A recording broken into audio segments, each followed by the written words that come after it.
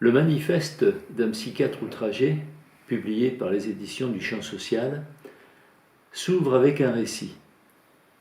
Celui où son auteur, psychiatre par sa profession, se retrouve dans la place d'un patient, amené en urgence, et placé ainsi de l'autre côté du miroir.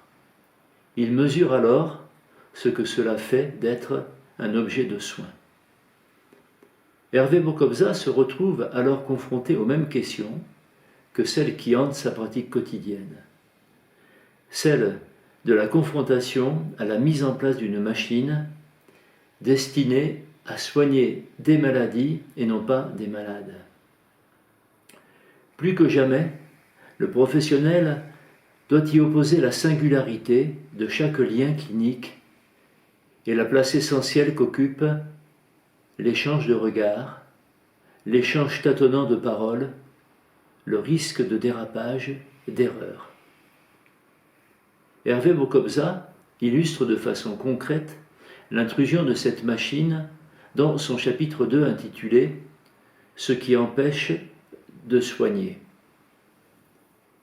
Il y raconte le déroulement, il y a déjà 15 ans, de la visite d'accréditeur dans la clinique de Saint-Martin de Vignegoul.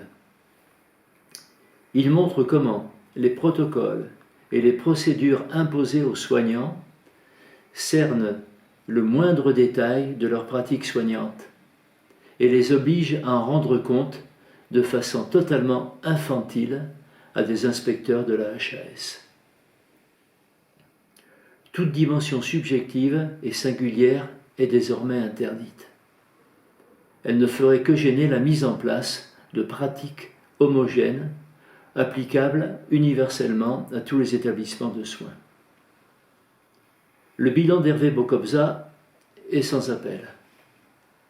La V2, validation deuxième, est une colossale machine bureaucratique, intrusive, malveillante et destructive. Elle entame le projet de soins qu'une équipe soignante doit patiemment élaborer et qui doit avant tout lui appartenir. Comment peut-on y résister ? En revenant d'abord à l'essence même du langage, comme potentialité de variation et de conjugaison infinie.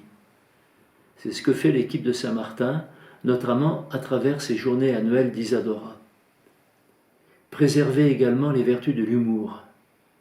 Lui seul permet de resituer la relativité dérisoire des protocoles et des procédures face aux enjeux de la condition humaine.